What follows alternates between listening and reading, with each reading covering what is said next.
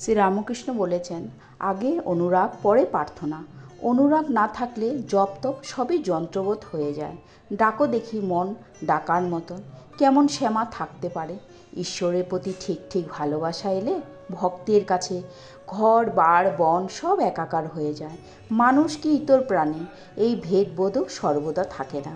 পাশ্চাত্যের ভক্তিসাধক বলেছেন, মনটিকে ডেজার্ট করে ফেলতে হবে।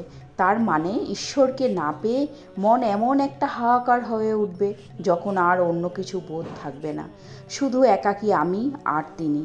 তার জন্য আমার চোখের জল ঝরবে। সত্য বড় নিষ্ঠুর। বাইবেলে বলা হয়েছে, hours is a jealous god, অর্থাৎ ভগবান হিংসুক। ভক্ত অন্য কোনো দিকে মন দেবে, ভগবান তা চান না। না হয় অর্থের ভজনা করো, না হয় ভগবানের ভজনা করো, দুটো একসঙ্গে হয় না। ভোগ করো, না হলে ত্যাগের পথ ধরে ঈশ্বরের পথে যাও। স্বামীজি বলেছেন, আত্মজ্ঞান লাভ করা দুর্বলের কর্ম নয়, মন শক্ত হওয়া চাই, বলিষ্ঠ দ্রবিষ্ট হতে হবে। জয় মা।